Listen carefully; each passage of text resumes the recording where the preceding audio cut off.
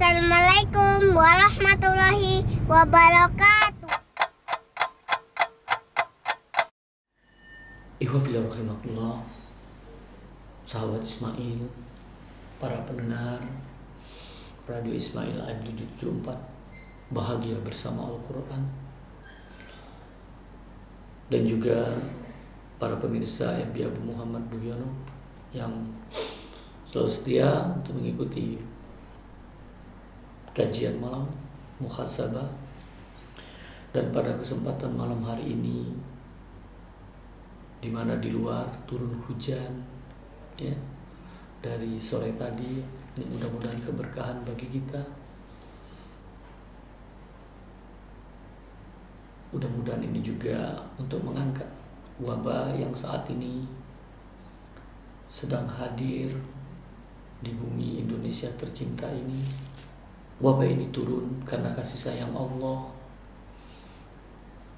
untuk kita kembali kepada jalan yang benar, agar kita sadar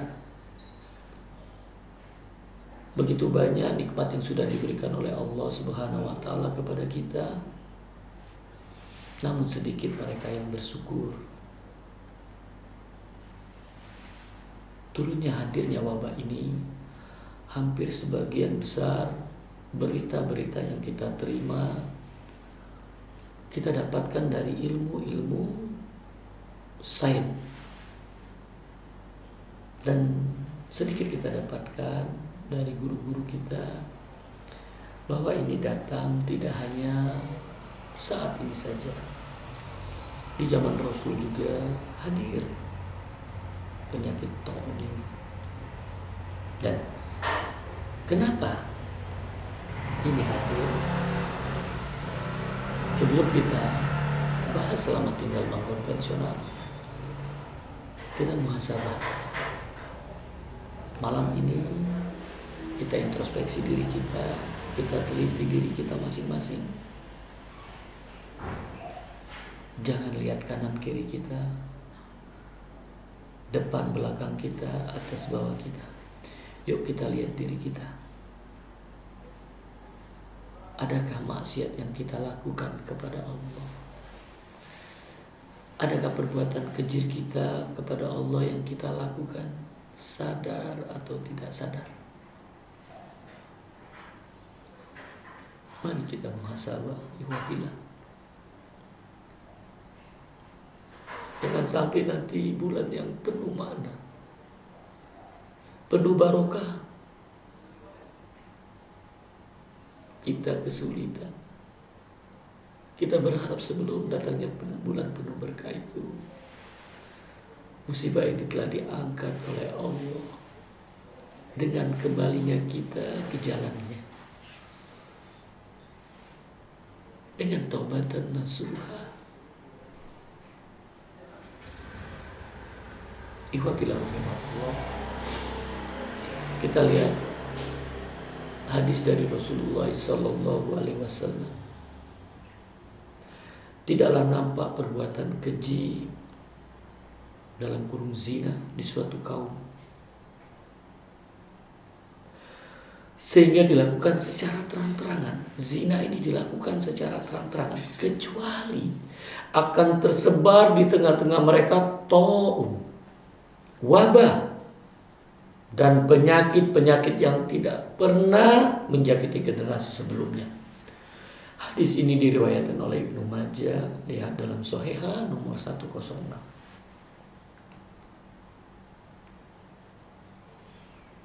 Hampir ratusan negara terjangkit penyakit ini. Artinya di setiap negara sudah terang-terangan melakukan zina. Di hadis yang lain dari Rasulullah Sallallahu Alaihi Wasallam, kita lihat di buku ini di HBR, insyaallah ini berkata pada halaman 21, an Abdullah ibnu Mas'ud, an Nabi Sallallahu Alaihi Wasallam qala, Ma zahara fi kaum ar-riba wa zina ila halalul bi anfusihim iqaballah azza wa jalla. Dari Abdullah bin Mas'ud radhiyallahu anhu, dari Rasulullah sallallahu alaihi wasallam, beliau berkata, tidaklah satu kaum menampakkan riba dan zina, melainkan mereka menghalalkan terhadap diri mereka sendiri azab dari Allah. Wabah, penyakit yang ada di tengah-tengah umat saat ini azab murka Allah. Mari ikhwafillah, sebelum napas itu di tenggorokan, kita masih punya kesempatan untuk bertobat. Dua kegiatan ini, riba dan zina, zina dan riba ini, dua ayat Al-Quran disampaikan kepada kita. Kita tahu ayatnya, namun kita tidak sadar kita melanggarnya. Ali Imran di Al-Isra, Al-Isra untuk ayat zina, Al-Isra ayat 32. Wala taqrabu zina innahu kana fahisha wa sa'a sabila. Dan janganlah kamu mendekati zina, karena zina itu sungguh suatu perbuatan yang keji, dan suatu jalan yang buruk. Ini zina.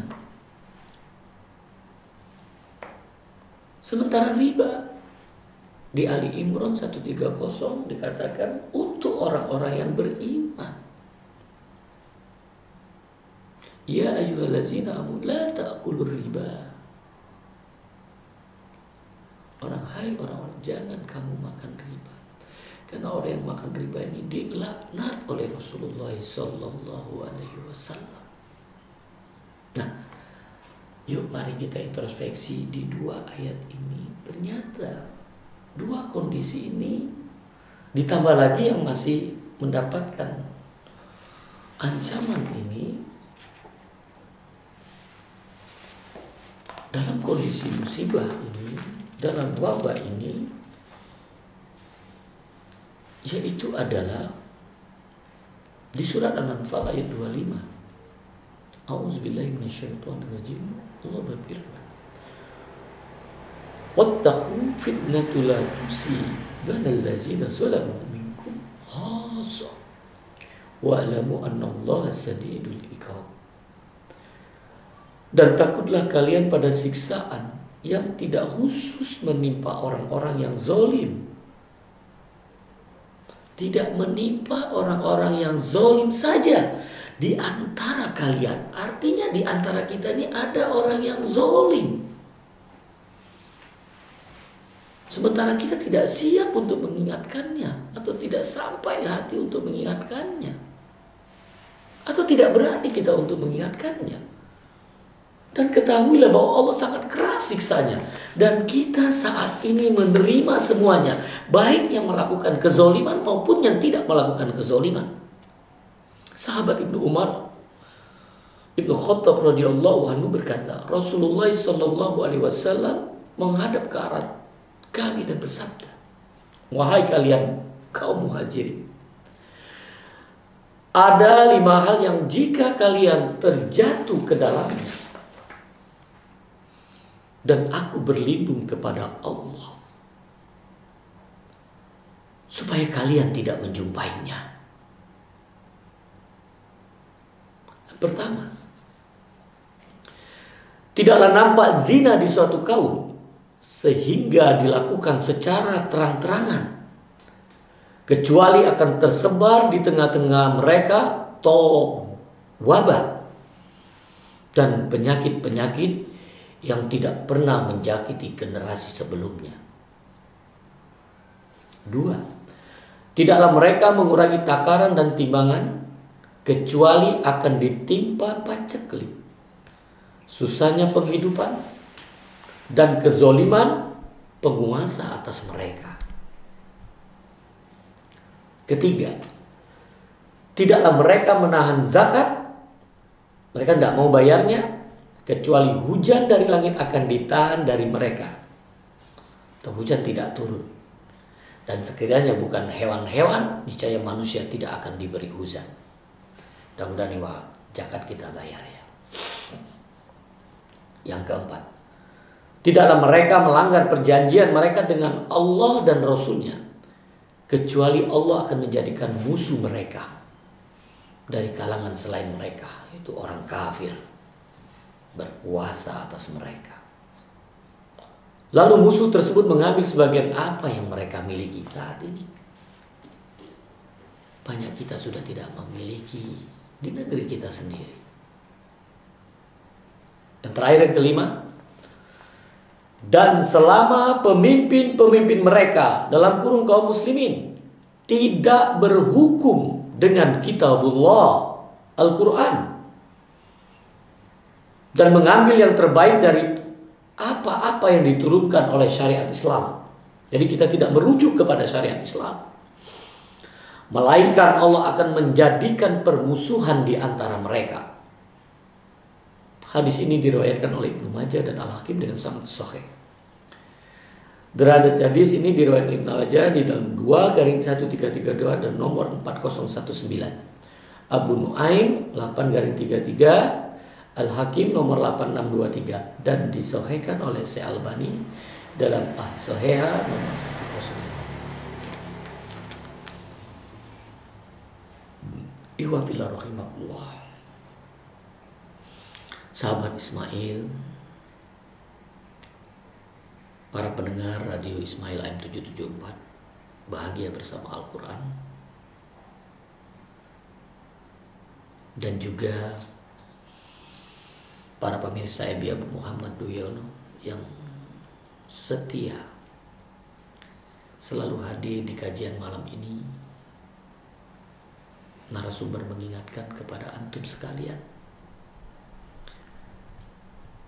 ketika napas belum sampai tenggorokan, yuk kita kembali introspeksi diri, melihat apa yang kita lakukan sehari-hari. Begitu banyak nikmat yang diberikan oleh Allah Subhanahu wa Ta'ala. Adakah kita bersyukur kepadanya dengan mudah menjalankan perintahnya dan meninggalkan semua larangannya? Mari kita lihat, apakah kita sebagai seorang suami, seorang ayah, seorang bapak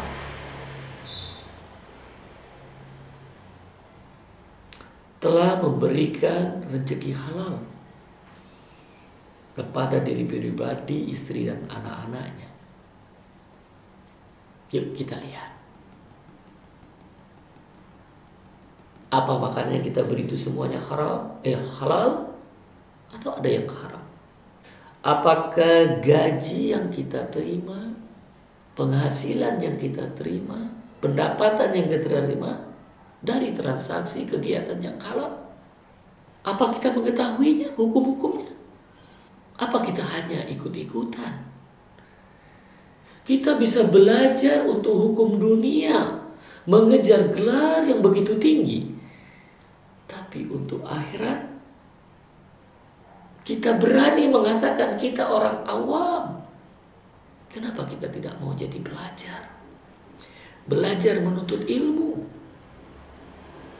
mencari tahu apakah benar makanan yang kita berikan kepada istri dan anak kita halal. Bagaimana kegiatannya? Bagaimana transaksinya? Bagaimana akadnya dalam mendapatkan halal?